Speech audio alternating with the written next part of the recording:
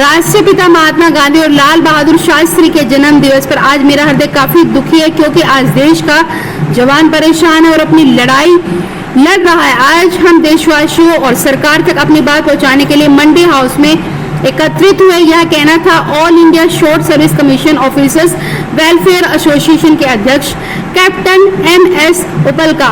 उन्होंने आगे कहा कि कैप्टन, मेजर, लेफ्टिनेंट कर्नल दो तरह के होते, एक जो पेंशन प्राप्त करते हैं, भले ही उनमें से कुछ के पास पड़ती फूल ACR हो या पाठ्यक्रमों में असफल रहे हों, लेकिन वो 13 साल के बाद भी लेफ्टिनेंट कर्नल के रूप में कमान करना जारी रखते हैं। और दूसरे आपातकालीन अधिकारी और शॉर्ट सर्विस कमीशन अधिकारी जो सर्वोत्तम ACR और पाठ्यक्रमों में ग्रेडिंग के बावजूद कड़ी मेहनत करते हैं और उन्हें 5, 10, 12 और 14 साल की अवधि की सेवा के बाद भी पेंशन नहीं मिलती। यह भारत के संविधान के अनुच्छेद 14 के तहत घोर अन्याय है। आप सभी जानते हैं कि 20 अक्टूबर 1962 को चीनी आक्रमण हुआ था। उसके बाद देश में आपातकाल घोषित किया गया था भारत के तत्कालीन राष्ट्रपति द्वारा, जो 1968 तक चला था। इस अवसर पर captain Rajiv Sablok, major Rajesh Gautam, major Satnam Singh, major SS Yadav, captain Kuldeep Khera और कैप्टन नवीन सबरवाल उपस्थित हुए। मैं आपको बताना चाहता हूं कि 1962 में जब चाइना ने हमारे ऊपर अटैक किया, उस वक्त हमारा 3750 अफसर और सिपाही मारे गए। 20 अक्टूबर को उन्होंने अटैक किया। 26 अक्टूबर को जो प्रेसिडेंट थे हिंदुस्तान के, उन्होंने एमरजेंसी डिक्लेयर कर दी। 26 अक्टूबर 1962 जो कि 10 जनवरी 1968 तक चली। जब इनके पास शॉर्टेज ऑफ ऑफिसर थी तो इन्होंने 1963 में एमरजेंसी कमीशन कोर्स लागू किया। वो 2412 अफसर थे, EC1 से EC12 कोर्स चले। उन्होंने 1963 की लड़ाई लड़ी और जीती। अब हमें गवर्नमेंट को यह मालूम था कि पाकिस्तान जो लड़ाई हार चुका है वो दोबारा कोशिश तो जरूर करेगा। उन्होंने हमारा एप्लीकेशन फार्म का चार्टर बनाया, उसमें लिखा है अंडर पेंशन टर्म के pension is under consideration. Pension का मतलब पेंशन होता ना कि ग्रेच्युटी। अगर उन्होंने कुछ नहीं देना था पेंशन और ग्रेच्युटी देगी, अगर नहीं देना तो लिखते कि भी कोई पेंशन नहीं दी जाएगी और कोई आपको मेडिकल फैसिलिटी दी जाएगी। अगर ऐसा लिखा होता, कौन माँ बाप अपने बच्चे को फौज में भेजता कि 5 साल बाद आ जाएगा फिर दोबारा नौकरी तलाश करेगा। अब आप ये बताओ, हम ये चाहते हैं कि एक OROP 2015 में नई पॉलिसी आई है, इस पॉलिसी में मेजर चेंज है। हम ये चाहते हैं तो वो शॉर्ट सर्विस कमीशन ऑफिसर जिन्होंने 5 साल, 10 साल, 12 और 14 साल नौकरी की है और उनको प्रोरेटा पेंशन दी जाए जो OROP के टेबल्स हैं। शॉर्ट सर्विस कमीशन अफसर हम वो हैं जिन्होंने पाकिस्तान के साथ लड़ाई भी लड़ी।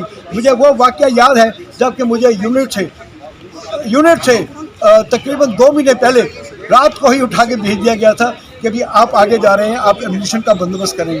जब लड़ाई छिड़ी हुई थी 3 दिसंबर को, 5 दिसंबर को मैंने पाकिस्तान में एंटर किया और मैं पहला अफसर था, 2 और मेरे साथ अफसर थे जिनके पास 6 तोपें थी। हम पाकिस्तान में ये कोई रिटेलिएशन नहीं मिली और पूरा 10 मील के बाद जाने पर हमने अपनी तोपों को लगाया। हम लड़ाई से तो वापस आ गए, मरे नहीं। अगर मर जाते तो हमारे बाप बाप को पेंशन मिल जाती हमारी वजह से, लेकिन हम मरे नहीं, हम जिंदा आ गए। क्या इसका मतलब है कि हमने अपनी ज़िंदगी ख़राब कर दी?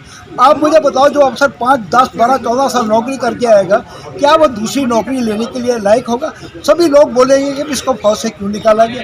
अच्छा, बैंक लोन आपको मिल नहीं सकेगा, आपके ऊपर आपकी शादी होगी, आपके बच्चों का भार है, बच्चों की एजुकेशन का भार है, आपके ओल्ड माँ बाप का भार है, आपके पास घर नहीं है, कोई लोन देने के लिए तैयार नहीं है। तो क्या देश को ये नज़र नहीं आता कि जिन लोगों ने अपना prime youth short service commission ये कब लागू है? ये उस वक्त लागू है जब गवर्नमेंट के ऊपर कैलमिटी थी। तो हम मोदी से रिक्वेस्ट करना चाहते हैं कि जो ये नई पॉलिसी OROP की आई है, इसमें EC और शॉर्ट सर्विस कमीशन ऑफिसर्स को जितना साल उन्होंने नौकरी की है उसके हिसाब से जो टेबल बने हैं उनको पेंशन दे, ताकि वो डिग्निटी और देश के साथ जी सकें। सर, एक सवाल है छोटा। जितने भी ऑफिसर्स आज आए हैं इस मुद्दे को लेकर के, सारे ही वेल एजुकेटेड हैं, पढ़े लिखे हैं। जब ये सर्विस ली गई थी तो आपने क्या साइन किया था? हमारा संविधान क्या कहता है? किस तरह से आप लोग भर्ती हुए? हमारे तो एप्लीकेशन में लिखा हुआ था कि पेंशन के अंदर कंसिडरेशन। हमारे साथ तो चीटिंग हुई है, हमारे साथ तो धोखा हुआ है। आप मुझे बताइए, इस वक्त किसी लीडर का बच्चा शॉर्ट सर्विस कमीशन में है? नहीं है। किसी ब्यूरोक्रेट IAS IPS का बच्चा शॉर्ट सर्विस कमीशन में है? नहीं है। क्या किसी जज का बेटा या किसी हाई कोर्ट या सुप्रीम कोर्ट के जज का बेटा है? नहीं है। बात यह है कि हम मिडिल क्लास के लोग हैं, हमने ये एप्लीकेशन में पढ़ा और ऐसा ऐसा गवर्नमेंट वाइज होते गई। पहले तो लिखा पेंशन मिलेगी, बाद में लिख दिया कि 5 साल वाले को ग्रेच्युटी मिलेगी और 10 साल वाले के बारे में चुप हैं, ठीक है। पर हम चाहते हैं जब एक कोई भी इवेंट होता है उससे पहले उसका प्राइज अनाउंस किया जाता है कि जो भी मैच जीतेगा उसको 1 लाख रुपया इनाम मिलेगा या 51,000 इनाम मिलेंगे। जब हमारे चार्टर में लिखा हुआ है इन कोर्स स्टार्ट होने से पहले कि पेंशन ही अंडर कंसिडरेशन, पेंशन का मीना पेंशन होता है, ग्रेच्युटी नहीं होता, तो हमें चाहिए पेंशन जो कि नहीं देगी। और अब जो ORP टेबल्स हैं उनके अंदर उस पॉलिसी में ऐसे अफसर को लिया जाए और हमारे को पेंशन दी है जिसने जितनी सर्विस की है। हम ऐसा नहीं चाहते कि हमारे को अगर 5 साल की नौकरी की है फुल पेंशन दे दो। वी आर जेंटलमैन, हम बहुत सॉफ्ट तरीके से आज यहाँ पे इकट्ठे हुए हैं। हमारी सिर्फ हिंदुस्तान की गवर्नमेंट से रिक्वेस्ट है, जो गलतियाँ प्रीवियस गवर्नमेंट ने की है उसको आप रेक्टिफाई करो। मोदी जी बहुत अच्छा कर रहे हैं, हम उनसे चाहते हैं कि SS ऑफिसर और ईसर की तरफ ध्यान दें। आप मुझे बताओ, जिस अफसर आप नौकरी कर रहे हैं अगर वो 10 साल और 14 साल की नौकरी में है, जब उसको पता लगेगा शॉर्ट सर्विस में कि मुझे बाहर जाने के बाद ना पेंशन मिलेगी तो उसके मोराल का क्या होगा? अगर आप उनके भाई हो, आप समझो वो आपके ऊपर भार बन जाएंगे जब 10, 12, 14 साल के बताएंगे। अब उनके बच्चों के लिए भी और अपने भाइयों के लिए भी वो भार बन जाएंगे। तो हमारी ये रिक्वेस्ट है कि जब एक क्लास बन चुकी है SS ऑफिसर, इनको बराबर किया जाए। अब ऐसा है जब हम लड़ाई में होते हैं तो एक बुलेट जो है वो ये नहीं देखती है शॉर्ट सर्विस ऑफिसर है कि रेगुलर ऑफिसर है। बुलेट ने अगर मारना है शॉर्ट सर्विस को भी मारेगी। तो इसलिए हम चाहते हैं कि there should not be any difference, उसमें कोई फ़र्क नहीं समझा जाए। अफसर सारे एक जैसे होते हैं, एक जैसी ट्रेनिंग लेते हैं, एक जैसे ही सिलेक्शन प्रोसेस से निकलते हैं, तो उनकी क्लास ना बनाई जाए। अगर 2 आँखें एक नज़र से दिखें। Thank you ma'am. ये हम है ना जो आपने टाइटल दिया हुआ है, ये कब तक इस जो एजेंडे को बरकरार रहेगा और आप इस पर क्या विश्वास डालेंगे? जब तक हम जिंदा हैं, हम अपने लिए नहीं, अपनी पीढ़ी के लिए नहीं लड़ रहे हैं, हम आगे आने वाली पीढ़ियों के लिए भी लड़ रहे हैं। क्योंकि आगे भी क्या कहते हैं, short service commission officers recruit हो रहे हैं। यहाँ तक कि गवर्नमेंट ऑफ इंडिया ने बोला कि 3 साल के लिए भी कंसिडर कर रहे हैं कि 3 साल के लिए उनको लिया जाएगा। मैं एक वुमेन ऑफिसर हूँ। मैंने 1997 में जब ज्वाइन किया था तब इस देश में .com कल्चर चल रहा था। इस देश के नौजवान, मेरा मतलब है जो जेंटलमैन, यंग जेंटलमैन होते थे, वो आते नहीं थे। तब हमने ज्वाइन किया। मैंने एयर ट्रैफिक कंट्रोलिंग में ज्वाइन किया था, ATC, जो बहुत ही ऑपरेशनल और टेक्निकल जॉब है।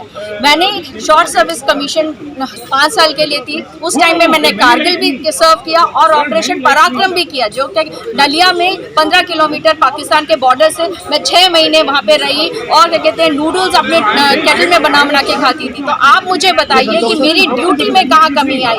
तो आपने एज अ वुमेन मेरे से क्या जस्टिफिकेशन किया, क्या इक्वालिटी करी?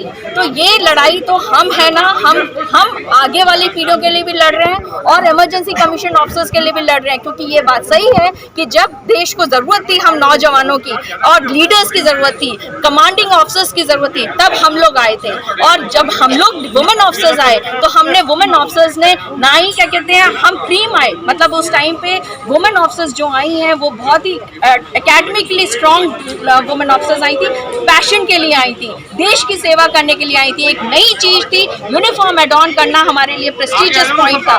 मेरी सिस्टर आर्मी में सर्व कर चुकी है 24 साल। मैं एक एयरफोर्स ऑफिसर की खुद की बेटी हूँ, मैं 5th जनरेशन फौजी खुद हूँ। तो ये एक पैशन था, कमिटमेंट टुवर्ड्स माय नेशन था और मरते दम तक रहेगा। क्योंकि आज जैसे देश के हालात चल रहे हैं, जब क्या कहते हैं LAC में 10 एयरपोर्ट बने हुए हैं चाइना के, PIL के, और अरुणाचल में इंक्रोचमेंट हो रहा है, तो आपको इस देश के नौजवान ही चाहिए। और वो नौजवान जो घरों से उठ के आएंगे और ल्यूक्रेटिव कॉर्पोरेट जॉब्स को छोड़ के जब वो आएंगे तो वो इसी प्रॉमिस के साथ आएंगे कि उनका फ्यूचर, उनकी फैमिली का future will be taken care by government of India. और हम ज़्यादा तादाद में भी नहीं हैं, हम ज़्यादा से ज़्यादा 9,000 इमरजेंसी और शॉर्ट सर्विस कमीशन ऑफिसर्स हैं जो गवर्नमेंट के लिए फाइनेंशियली भी हैवी नहीं है। ये एज किसी ने सही बोला कि किसी की छोटी सोच है जिसने फौजियों को समझा ही नहीं। मैंने आपको पहले भी बताया था कि इन इफेक्ट हम 5 साल के लिए सर्विस करके आते हैं, लेकिन उससे पहले हमें ऑफिसर बनाने के लिए, एक लीडर बनाने के लिए, एक लीडर फौज में नहीं सोसाइटी में बनाने के लिए उसकी ट्रेनिंग होती है। और वो लीडर आप कभी दबा के नहीं बिठा सकते हैं। तो वो लीडर 5 साल तक सर्व करता है, उसके बाद रिजर्व में जब हम आते हैं तो 5 साल का मतलब 5 साल के लिए रिजर्व, मतलब आपको यूनिफॉर्म वापस पहननी पड़ेगी और वापस लड़ाई के मैदान में उड़ना पड़ेगा।